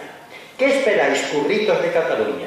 ¿Que a través de esa independencia con este paladín vais a conseguir algo distinto? Lo que pasa es que Artur Mas se ha embarcado, yo creo que en una operación de chantaje, en algo que le está superando y que Esquerra Republicana de Cataluña, que sabe también que llegará un momento en que habrá que dialogar, porque si no es de locos. La pregunta, y yo soy defensor prudentemente del derecho de libre determinación, que así es como se llama en el derecho internacional. El solemne pacto de los derechos económicos y políticos reconoce, creo que en su artículo 3, el derecho de libre determinación, y es curiosa la redacción, incluso, dice, en los países que están en régimen de administración o fideicomiso, el incluso. Luego, si yo digo incluso los que están en régimen de fideicomiso, es que hay otros. ¿Cuáles son? Como eso suscitaba un problema en las comunidades o naciones de distintos estados, se recurrió a 3 resoluciones de las Naciones Unidas. Eso fue la 1514, la 1541 y después una, la 2726, en la que se decía, no, ese derecho no se puede reconocer a los estados que están ya conformados. Claro, eso se lo pasaron por allí en el caso de Yugoslavia, cuando la supuesta comunidad internacional rompió esos acuerdos, esas 3 resoluciones de la Asamblea General de las Naciones Unidas para hacer en Yugoslavia lo que se hizo en Yugoslavia. ¿Cuál es, por tanto, la solución? Pues la solución puede ser varias. Una, si se va a reconocer el derecho de libre determinación, hay que cambiar la Constitución. Y en ese momento, si el pueblo español vota el cambio de la Constitución, el pueblo español le está diciendo al pueblo catalán, del que forma parte, hasta ahora, puedes libre determinarte. Esto es impunidad democrática. Se le da la capacidad, se la da el soberano pueblo español. Que no, que ellos hacen una consulta. Vamos a ver qué preguntas se le pueden hacer. La pregunta que se le hace es confusa y difusa, porque además está mal hecha. Las posibilidades son, o somos un Estado independiente, o queremos un sistema federal, o queremos un sistema confederal, o queremos el estatus actual. Son 4 posibilidades. Evidentemente yo lucharía por el Estado federal, entendido además como un Estado federal, un Estado que busca la unidad de otra manera y donde determinadas leyes federales son de obligado cumplimiento. Voy a ser claro. Todo lo referente a las cuestiones laborales, la asistencia social, la sanidad y la educación son competencias federales que desarrollan, o mejor, los principios que las informan, para ser más exactos. Usted podrá desarrollar en Cataluña, en Andalucía, estos principios, pero los principios referentes a esta política son intocables, porque si no, cualquier política económica que se haga en otro sitio puede ir en contra de los propios derechos humanos. Y a debatir serena y tranquilamente, porque tienen un problema si se declaran independientes, pero los poderes económicos en lo que llamamos España o nacionalismo español también lo tienen. Todo menos sentarse a reconocer que somos un Estado plurinacional. ¿Y por qué? Porque vamos, al reconocer eso, vamos en contra una especie de costra cultural acuñada desde la época de Recaredo, otra ficción histórica, que Recaredo, cuando habla, no habló de la nación española. Eso es mentira, como tan mentira la unidad de los reyes católicos. La falsificación de la historia ha sido espantosa. ¿Por qué? Porque vamos contra una historia en la que la Iglesia Católica ha ligado su privilegio de estar en unión casi hipostática con el poder político y con el poder económico. Dicho de otra manera, el poder económico en su tiempo de la buena latifundistas andaluces, la banca, los poderes económicos, necesita de ese ideal de España. ¿Por qué? Porque si no es así, si se cuestiona, tendremos que hablar de otra manera, desde otros principios, que donde estaría la discusión de otra manera de salir de la situación económica y social. Tocar la Constitución, termino. Ahora mismo hay que hablar y cambiar la Constitución. A mí ahora mismo me da miedo, pero no porque se cambie la Constitución. A mí me gustaría una Constitución republicana. El problema es que si lo cambian 4 ponentes de las actuales Cortes, estamos perdidos. Porque una ley no sirve para nada si no tiene detrás gente que obligue a que se cumpla. Y entonces tenemos ante la siguiente situación. La Constitución existe, la Constitución formal, que es las leyes, los artículos, 169 en el caso de la Constitución española, y la Constitución material, que es el conjunto de fuerzas económicas, políticas y sociales que hacen posible que se cumpla. Pues bien, hoy la Constitución material la tiene Emilio Botín, Francisco González, la eléctrica. Por eso, cambiar una Constitución bajo el predominio de ellos es más de lo mismo. Ahora es lo que tenemos que hablar con la gente, que sepa qué Constitución queremos o qué es lo que no queremos, para que la futura Constitución se escriba de otra manera distinta. El problema es enrevesado, endiablado, pero lo único que podemos hacer nosotros es serenidad, tranquilidad, decirle que las cosas vayan viendo dónde va, hablarle con mucha serenidad a esta parte de España y aquella, y esperar que nuestros dirigentes políticos tengan buen temple, buen tiento, combatan el error histórico, combatan la falsificación permanente del nacionalismo burgués. Digo burgués porque quiero recalcar su condición de clase. Estamos en el peligro de decir los catalanes, no, la burguesía catalana. Saquemos la condición de clase y ahí podemos empezar a abordar un problema endiabladamente difícil. Perdón si necesito. Urgencias, Juan Carlos. ¿Cómo me pones el listón de alto, Julio?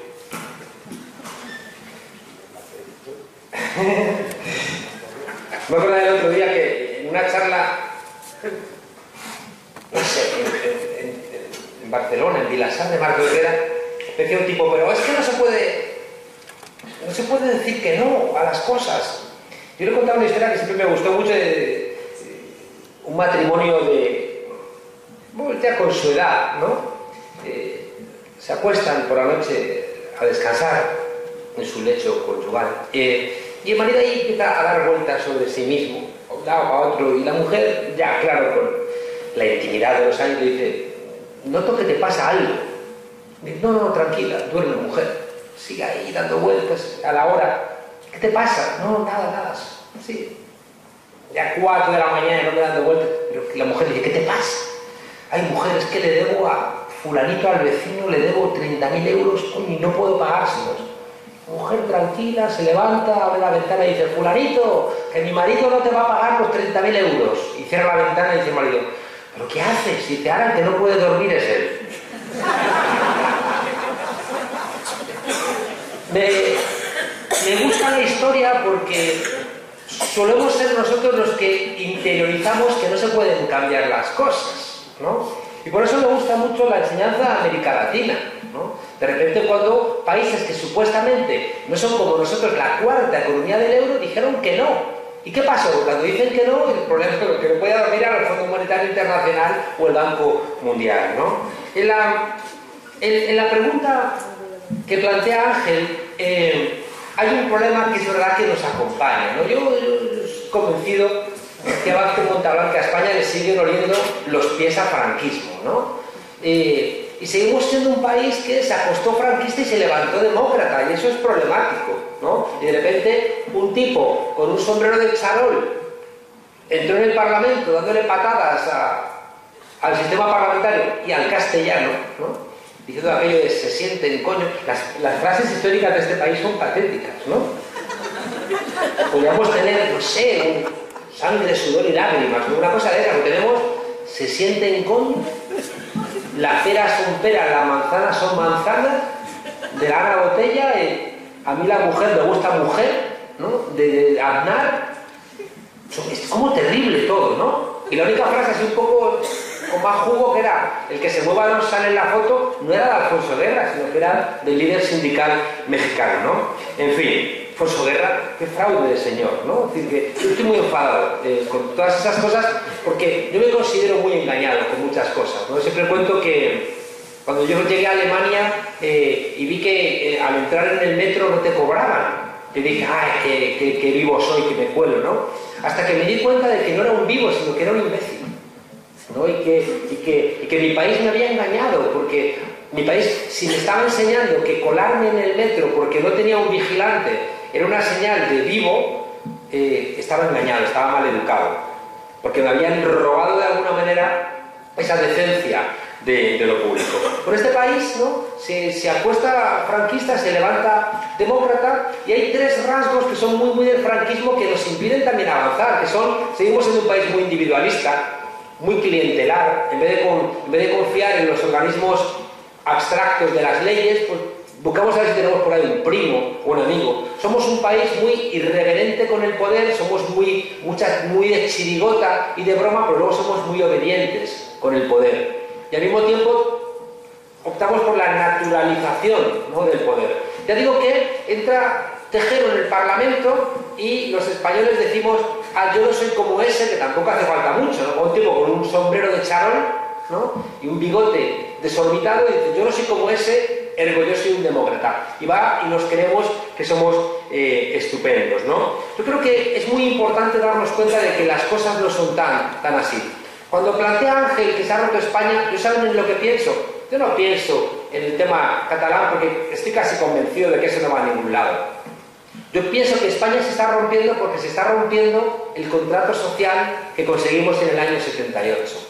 Para mí España se está rompiendo porque Franco murió en la cama, pero el franquismo, fíjense ustedes, murió en la calle.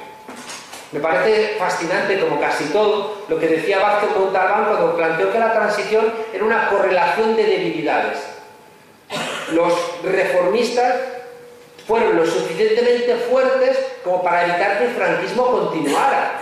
El rey, al primero que nombra, es Arias Navarro, y es la presión popular la que va consiguiendo cambios, pero no fuimos lo suficientemente fuertes como para conseguir una ruptura, y el franquismo no fue lo suficientemente fuerte como para evitar tener que transformarse, pero fue lo suficientemente fuerte como para evitar la ruptura.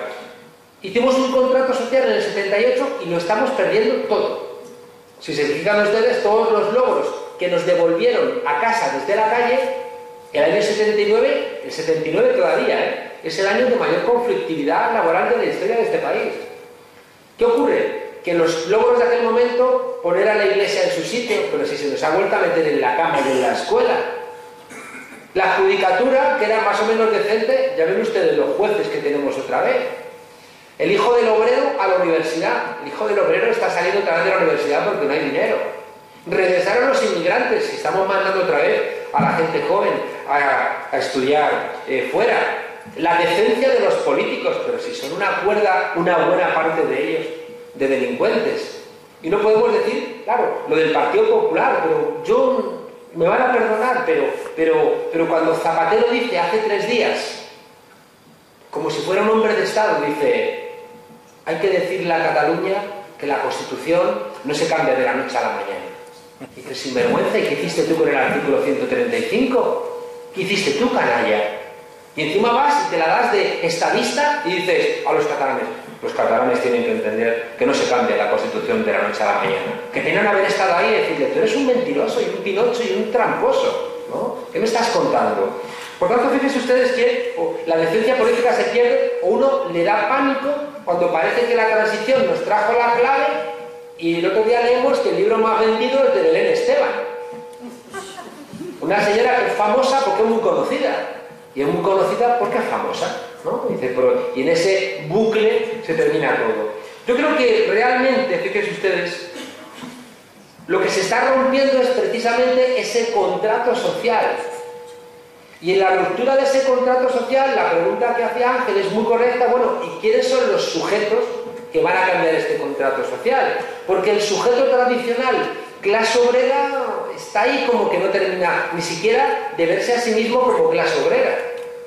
El sujeto político, izquierda consciente y organizada, la gente ya no sabe qué significa ser de izquierdas y tenemos que hablar a veces los de abajo para intentar entender que aquí hay un conflicto que es de clase pero que es un poco más acompañado.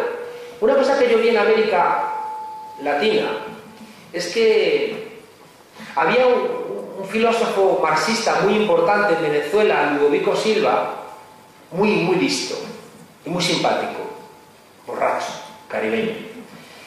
Y Ludovico Silva escribió un tratado para marxistas, marxianos, marxólogos, ¿no? Porque la invasión de Checoslovaquia, igual que aquí, allí marcó mucho, ¿no? La ruptura de la primavera de Praga. Este tipo decía que si los loros fueran marxistas, serían marxistas ortodoxos. Y que por tanto no teníamos que leer a Marx como si fuéramos unos loros. Chávez resulta que no sabía que las revoluciones se hacen con la clase obrera. Menos mal que no lo sabía. Porque como no lo sabía, fue y la hizo con lo que tenía a mano. ¿Y qué ocurrió? Que como no venía lastrado también por unas interpretaciones muy mecanicistas de las cosas, hizo la revolución con cosas que tenemos que pensar aquí también, ¿eh? Hizo la revolución con pobres, en vez de con el proletariado, con el pobretariado, con estudiantes, con indígenas, con mujeres, con cristianos de base, con militares, con policías, con lo que había, ¿no? Por eso, fíjense ustedes que también es muy correcta la pregunta de cuáles son los nuevos sujetos, porque si seguimos buscando los sujetos tradicionales, pues no nos salen las cuentas por ningún lado. Un elemento muy importante, y por eso algunos planteamos en el horizonte, y por eso fíjense, intentamos también ser coherentes, yo estoy convencido de que solamente a través de una corresponsabilización ciudadana podemos encontrar los cambios. Es decir, es imposible que ningún partido político vaya a unas elecciones diciendo a la gente hay que decrecer. ¿Quién te va a votar? ¿No? En cambio, sí que yo he visto en América Latina pueblos que salían del analfabetismo discutiendo con una madurez política espectacular qué se podía y qué no se podía. Pero tienes que darle a la gente la posibilidad de discutirlo. Es que aquí no nos han preguntado nada, señoras y señores. Aquí se murió Franco y no nos preguntaron si queríamos monarquía o república. Aquí no nos preguntaron si queríamos colaborar en la Constitución, sino que nos dieron la Constitución ya como un bloque cerrado. Aquí nos preguntaron un poquito, porque había una sola televisión y manipulada en el referéndum de la OTAN, y de ahí sale Izquierda Unida, de ese caldo de cultivo que genera un debate un poquito cierto. Aquí no nos preguntaron acerca de Europa, aquí no nos han preguntado qué tipo de relación tenemos entre los diferentes pueblos de este país. Yo voy al pueblo de mi madre, en La Mancha, hay elecciones, está la gente viendo en el bar el partido, entre los dos tiempos, hay un telediario, hay elecciones en Cataluña, hablan en catalán y dice uno, ¿cómo ladran estos cabrones? Y todo el mundo se ríe. Porque resulta que la gente cree que hablar en catalán es ladrar. Porque ¿quién demonios ha enseñado en este país este país? ¿Es que alguien nos ha enseñado una vez que es España? España, que es el anuncio ese de Campofrío que está ahora funcionando, que parecemos otra vez la España subdesarrollada, que tiene que alegrarse porque somos simpáticos. Vamos, no mejor. Vean ustedes el anuncio de Campofrío. Es que es una cosa que dices, pero ¿quiere usted que me emocione otra vez con esto? ¿Quiere usted que realmente se me salten las lágrimas con esta España de la caspa? No falta que venga Alfredo Landa otra vez Por tanto, fíjense ustedes, necesitamos que la gente se corresponsabilice. Y yo he visto en América Latina que cuando a la gente la corresponsabilizas es muy sensata, muy sensata. Los presupuestos participativos que son.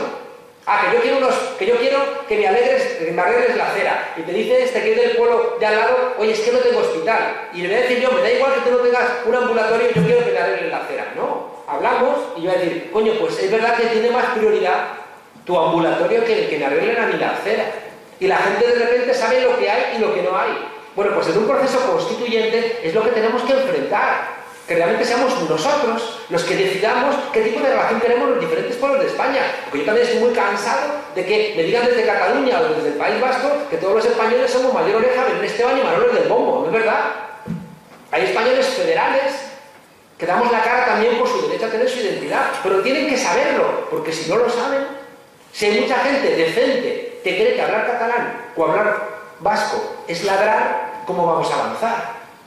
Todos esos son elementos todavía que no están enseñados en este país, porque no estamos todavía siendo nuestros propios autores, sino que en esta transición llena de mentiras ha venido todo con un embalaje donde tenemos que comprar, ya digo, comprar un rey, comprar muchas cosas, pero insisto, todo este elemento del pesimismo es esperanzado, porque hemos cambiado muchísimo. Nunca, desde la muerte del caudillo, están tan en cuestión las cuestiones del régimen del 78. Nunca los políticos han estado más en la lupa.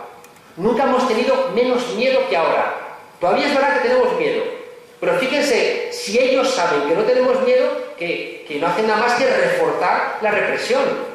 Y este ministro franquista se quiere traer, además son tontos, se quiere traer una tanqueta de Chile para echarnos agua, ¿no? Hasta estéticamente son fascistas. ¿Por qué hacen todo eso? Porque ellos saben que nos tienen cogidos con las pinzas de nuestro pensamiento. Y que si un día decimos que no, ¿qué hacen? Es que este país, el 15M, nos sentó las bases de un discurso diferente. No ha ocurrido como en Grecia, donde no tuvieron un 15M y mucha gente se agarró a amanecer dorado. Aquí resulta que el 15M nos ha enseñado muchas cosas que están todavía ahí flotando. ¿Por qué ha fracasado la conferencia política del PSOE? ¿Por qué ha fracasado? Es que, coño, uno no hace una conferencia política para que se vaya por el sumidero casi al día siguiente. Pues ha fracasado porque las bases del PSOE, que tienen que estar también en este proceso de transformación, las bases del PSOE están contaminadas de 15M y están contaminadas de la necesidad de una política diferente. Y están cansados. Es que anoche tuvimos un debate en La Tuerca y vino el secretario general de las Juventudes Socialistas. Y le teníamos que decir, tú estás un poco rojo, ¿no? Sí, porque el tipo estaba en contra de la reforma del artículo 135, en contra de que no hubiera primarias, en contra de la troika, cierto, tú te has equivocado de partido o no entendemos nada, ¿no? Pero bueno, hay gente del Partido Socialista que está en posiciones muy críticas, muy críticas. Lo que pasa es que no ha tenido la fuerza de presionar a su dirección para cambiar las cosas. Por tanto, fíjense ustedes, lo que me interesa de la ruptura de España, de la pregunta de Ángel, es la ruptura del contrato social democrático que nos ganamos a pulso en 1978, con todas sus limitaciones, pero que nos la ganamos nosotros, no nos lo regaló nadie, ¿eh? Ahí están casi 200 muertos que nos costó la transición. Que no se suele decir, 200 muertos la transición políticos, por las fuerzas, ¿no?, de seguridad del Estado. Por tanto, va siendo un momento de, en vez de pedir que venga nadie a devolvernos el contrato social perdido, que seamos ya mayores, el infante infonis es el que no tiene voz, el que no fona. Que no seamos la infantería que está esperando que vengan los mandos a dirigirnos la batalla, sino que tengamos la madurez de entender que ese nuevo contrato social, que va a ser diferente, porque no lo hemos todavía hecho nosotros, un contrato social corresponsable, parta de una deliberación, parta de una discusión, y tenemos, ya digo, la ventaja de saber que otros pueblos, incluso con problemas de analfabetismo, lo han hecho antes que nosotros. Ya tienen unas constituciones que cualquier constitucionalista las señala como las constituciones más desarrolladas ahora mismo del mundo. La de Venezuela, la de Bolivia o la de Ecuador. Bueno, pues ahí tenemos un ejemplo para que nosotros podamos ir en esa dirección. Bueno, ahora hay poco tiempo para el debate, pero la culpa culpa es mía porque también me he dejado que los tiempos no fueran los acordados, pero creo que también merecía la ocasión que ellos se pronunciaran sobre diferentes temáticas. Pero ahora no tenemos también mucho tiempo, pero sí vamos a coger 5 o 6 preguntas y que ellos respondan así colectivamente a lo que planteáis. Así que levantáis la mano y comentáis, uno por aquí, otro al final. Vamos a coger 4 o 5 preguntas, sí. Yo quería preguntarle a ambos sobre su opinión de la segmentación de la izquierda militante. Si le dan verdadera importancia, si creen que la transformación trasciende a esa izquierda militante, o si es verdaderamente un problema grave, tanta segmentación como existe, ¿no? Llegando a puntos esquizofrénicos de estilo La vida de Brian, ¿no? Pues eso es lo que quería preguntar. ¿Para eso es importante? Perfecto. Por ahí al final quería... Yo después de este discurso que he oído también, yo creo que no se puede vivir sin esperanza, porque la esperanza es importante. Entonces yo, por ejemplo, creo que se pueden hacer cosas simples, como por ejemplo, hay una frase que se me pegó, que era desembrutecer al pueblo. Por ejemplo, cuando hay un partido de fútbol de España contra cualquier país, pasa uno por la calle y no hay nadie. Entonces, estas personas, como decía Julianita, en vez de estar, pueden verlo, por supuesto, prefieren ir a las manifestaciones, que va muy poca gente, sin quemar contenedores, sin romper semáforos como manteca, pero podrían estar. Porque ahora, sin esperanza, tenemos una generación que está perdida. Porque es que lo que hemos oído aquí está claro, aquí no hay, aquí todo es un impasse, un callejón sin salida. Entonces, es lo que yo vi. Más preguntitas y las contestamos. Ana, ¿alguna pregunta que no haya en el libro? Ana, te estoy diciendo. ¿Alguna pregunta que no se haya hecho en el libro? ¿Se te ocurre? No la dices. ¿Alguna preguntita más? Sí. Simplemente hay dos palabras que se han utilizado mucho en la vida política, la apariencia, la estética y también el vender. Si vamos a vender, son dos conceptos que pongo de alguna manera dentro de todo lo que vosotros habéis planteado. Como lo veis, que encaje que integran, pues yo creo que han hecho mucho daño en la vida pública en las últimas décadas. No había partido, no había reunión donde sindical, política y tal, donde para tener una idea hay que vender, hay que vender el producto, no es una idea, una elaboración, un principio, y después lo importante de la clase política no era lo que cada uno pensaba, sentía y decía, sino el aparentar ante los demás para de alguna manera usurpar el concepto. Bueno, pues comenzamos con Carlos.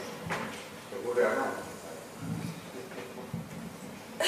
Pues como decía Enrique VIII a sus mujeres, se debe beber.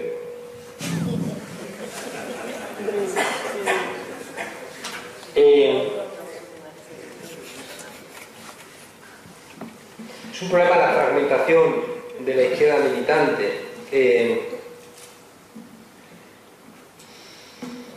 Yo creo que hay un exceso de biografía en la izquierda militante española. Creo que hay un exceso de biografía. Y hay demasiados resabios y demasiada rabia acumulada y todos tienen sus razones. Todos tienen sus razones. Fíjese que Julio podía estar súper enfadado conmigo, porque yo fui asesor de Llamazares, donde una de las tareas principales consistió en desmontar parte de lo que él había creado cuando había sido coordinador general de Izquierda Unida. Y se sonríe Julio, que no. Fíjese que no deja de ser patético que Izquierda Anticapitalista se sale de Izquierda Unida y hace una campaña dedicándose solamente a insultar a Izquierda Unida. Y saca 9.000 votos. Fíjese que las víctimas tienen razón, porque son víctimas, pero las víctimas no pueden ser convocadas a la resolución de los conflictos, porque tienen demasiado dolor. Por tanto, fíjense ustedes, si tenemos una sobrecarga de biografía en los líderes políticos, pues vamos a tener que buscar otros. La fragmentación de la izquierda en España, yo creo que tiene que ver sobre todo, porque no han surgido nuevos liderazgos capaces de rebajar esas confrontaciones. La izquierda está condenada a discutir por una coma, y esto es correcto. ¿Saben por qué? Porque la derecha maneja lo que existe y tiene la connivencia entre ellos de manejar lo factual, mientras que nosotros siempre estamos construyendo el mundo alternativo, y lo estamos construyendo con ideas, con diagnósticos y con proposiciones. Y por tanto, ¿cómo no vamos a pelearnos en el diagnóstico si un diferente diagnóstico en las encrucijadas te puede llevar a miles de kilómetros de distancia? Yo veo sensato que en la izquierda nos peleemos intelectualmente, porque es que es lo que tenemos. Ahora bien, cuando de repente esas diferencias te pesan en exceso, hay que hacer borrón y cuenta nueva. Lo hizo el Foro Social Mundial con las internacionales que decía antes Julio. En vez de las internacionales separarnos por aquello que no estamos de acuerdo, el Foro Social Mundial dijo: ¿y por qué no nos juntamos por lo que compartimos? ¿Por qué no construimos un mundo en el que quepan muchos mundos? O como yo lo he escuchado muchas veces decir a Ángel: los rebeldes nos encontramos en el camino, no quítate tú que me pongo yo, sino vamos a poner otra silla en la mesa. Es decir, un tipo de lógica que es diferente a esas lógicas que condenaban a los partidos a no poderse entender entre ellos. Bueno, pues como nos tenemos que entender, vas a tener que dar un paso atrás y quitarte del medio. ¿Qué ocurre en España? En España es que no han surgido nuevos liderazgos, tampoco porque no los han dejado, Hay una cuestión que yo intenté sacar en el libro que hemos hecho Julio y yo, que aparece por ahí, pero no fui capaz. Y mira que yo lo intenté en el libro, que es que Julio y yo nos peleáramos generacionalmente. No pudo ser. ¿Saben por qué? Porque Julio fue muy generoso. Y entonces la generosidad de Julio no me dejaba a mí espacio para pelearme con él, mientras que yo no hago nada más que pelearme contra mis mayores porque no son generosos, en ningún ámbito. No son generosos en la universidad, no son generosos en la política, no son generosos en los medios de comunicación, no son generosos en ningún lado. Y las únicas generaciones que han podido entrar más jóvenes eran porque repetían como loros el credo de los mayores. En cambio, Julio nos daba herramientas para entender por qué no funcionaba nuestra democracia. Y Julio en solitario decía: esta transición no vale. Loco, Julián Guita, se mete con la transición, el consenso. Y Julio abrió esa vía y dijo: esto no va por ahí.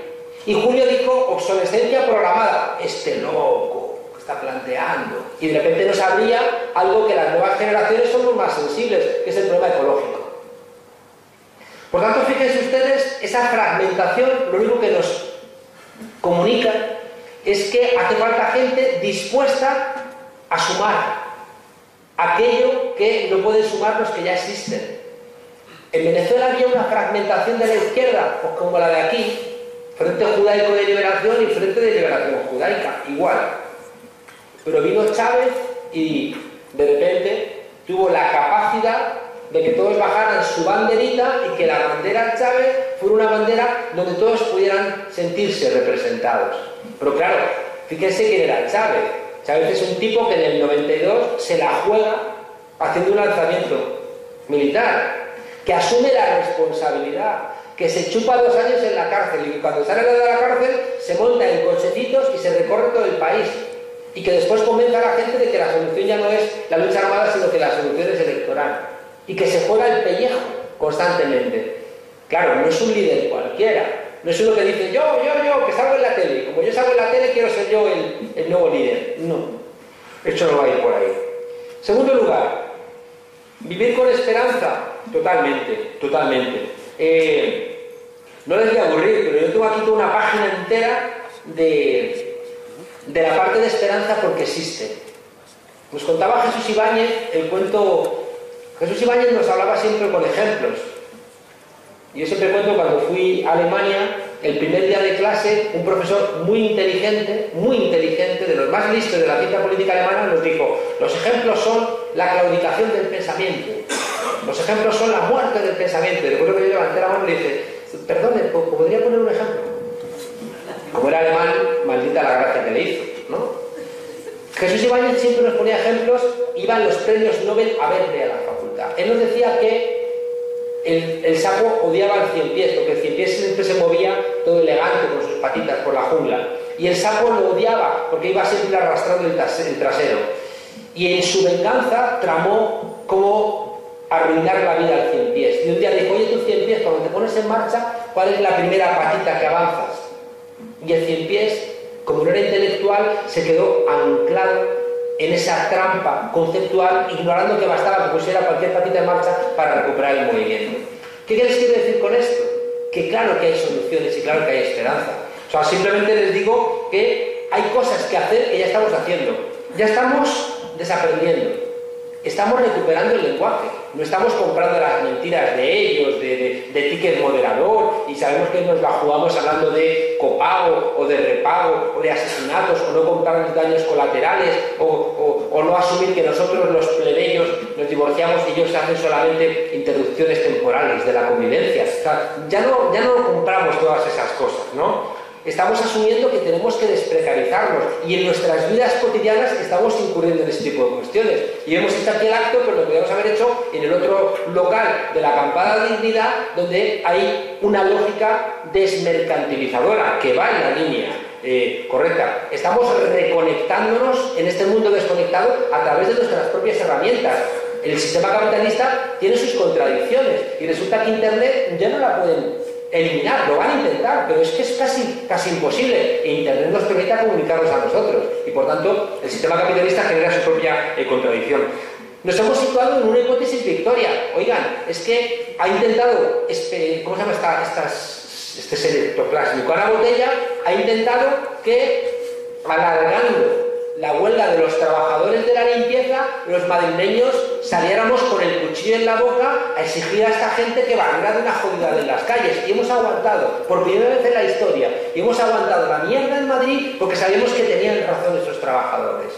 Y nos hemos emocionado cuando un trabajador de los servicios de limpieza, que nunca había estado sindicado y que nunca había estado en ningún partido político, le entrevistan y le dicen: ha sido muy duro, pero también ha sido muy emocionante, y he salido con una enseñanza, he salido sabiendo que este tipo que curra aquí conmigo, este tipo es mi compañero, ¿no?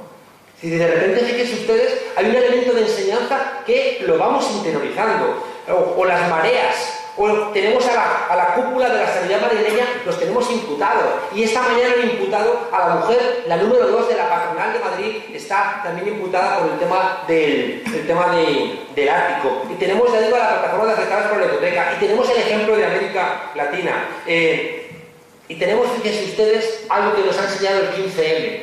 El 15M nos ha enseñado que necesitamos unos políticos generosos, unos políticos que no quieran representar. Y de repente, fíjense ustedes, vamos construyendo un imaginario de qué tipo de políticos nos gustan y qué tipo de políticos no nos gustan. Y de repente hemos entendido que hay elementos de generosidad que los queremos ver, que nos hacen la vida más amable, y lo estamos también reclamando. Y hemos aprendido por vez primera que en la horizontalidad pasan cosas interesantes, que las habíamos olvidado porque habíamos delegado, y al delegar verticalizamos la vida. Por eso les vengo insistiendo en todo esto, que mi pesimismo es esperanzado y que ni mucho menos me han derrotado, ni mucho menos. Soy muy duro en el análisis porque sé que esto está complicadito, pero encuentro todos los días, todos los santos días, el rayito de esperanza de Pessoa. Tengo la fortuna de que doy clases y veo a los chavales y chavalas cómo reaccionan, cómo llegaron hace 3 meses a la facultad y qué tienen hoy en la cabeza. Esta mañana me han montado un meeting, me han montado un scratch. Entonces yo me reía: ¿pero esto qué es? ¿No? Y además era gracioso porque habían venido 4 o 5, a mi clase viene gente de oyente, ¿no? Y decía: cabrones, no me montes aquí un jaleo que tenemos invitados, ¿no? Entonces ellos se reían: no, porque tú nos has enseñado que no sé qué, que no sé cuántos. Yo me reía y decía: miércoles, ¿no? Llevan aquí 4 meses, 3 meses en la facultad, vinieron a a ser embajadores, diplomáticos, presidentes de Naciones Unidas, nota media de corte 8,5 sobre 10 en la carrera de Relaciones Internacionales, y los chavales, y somos en la clase muy rigurosos, en la clase no hacemos mítines, no, hacemos análisis, y solamente por leer otras cosas, solo por leer otras cosas, esos muchachos ya están dándole vueltas a la cabeza, y de repente utilizan lo que les has enseñado para decir, oye, no, eso que tú dices, vamos a discutirlo en clase.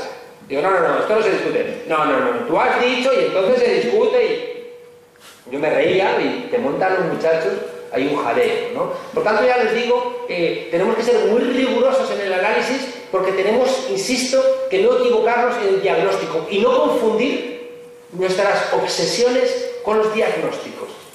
Pero después tener algo que siempre nos ha pertenecido, que es saber aquello que decía de que somos mayoría, somos alegría. Y saber que aquello que decía Marx es cierto, que cuando le llega el tiempo a una idea, no hay nada tan poderoso.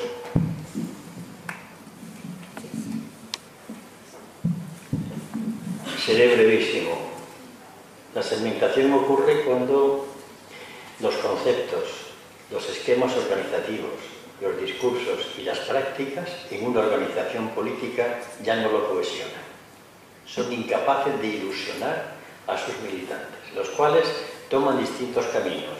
Unos se van, otros militan simplemente, están allí, y otros son devotos de la nueva iglesia en la que se ha transformado su organización. Son tres caminos que cogen. Vamos a ver. Yo es que creo que hay que dar ánimo, pero antes hay que señalar una cosa muy clara. Imagínese un enfermo y hay que decirle, mira, así no hay solución. Ahora vamos a buscar la solución tú y yo, pero hay que ser brutal. Y hay que ser brutal. Y sé que a lo mejor me arrepiento por la palabra, pero no la voy a mantener, porque el problema es tan gordo que hay que abrir ojos. La gente tiene que ver y quiere querer ver. Los momentos son dramáticos. No podemos andar con pamplinas. El tremendo es tremendo. Hay quien me dice, no, es que la gente hay que ilusionarla. Sí, hay que ilusionarla desde que sepa exactamente dónde está y que puede salir. Porque como la expresión ha sido cómo desembrutecer al pueblo. ¿Y dónde está el desembrutecedor que lo desembrutezca? Porque ese es el problema. Todo consiste en una práctica, todo consiste en una manera de actuar. Y por último, yo no me gusta, Juan, además tú la criticas, la palabra vender. A mí cuando me han dicho lo que usted que vende, digo, yo no vendo nada. Yo intento persuadir, convencer con mi ejemplo, co-crear con ustedes, pero no quiero ser un vendedor. Un político no puede vender, porque vender en esta situación ahora mismo es tratar de que el otro te compre aunque sea engañando. O sea, yo como político digo que jamás he intentado vender, además me niego a que me hablen vendedor. Lo considero casi una agresión que respondo físicamente como me digan usted que vende. Bueno, pues claridad de violencia, muchas gracias a los dos, a Icaria y a ustedes que han estado invitando.